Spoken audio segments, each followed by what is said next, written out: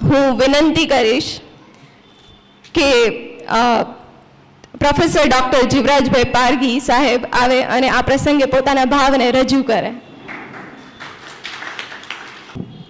સૌને મૈત્રીપૂર્ણ જય ભીમ, નમો બુદ્ધાય. મંચસ્થ મહાનુભાવો અને સુગ્ન શ્રોતાગ્રણ, ઉપસ્થિત સર્વે ભાઈઓ બહેનો,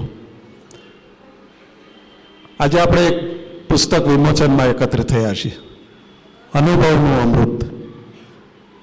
આયુષ્યમાન રાઠોડ સાહેબે એક અદ્ભુત સંકલન, ખૂબ જ મહેનત કરી અને એક સારું પુસ્તક તૈયાર કર્યું છે, જે આપણી સમક્ષ ખુલ્લું મુકાયું છે.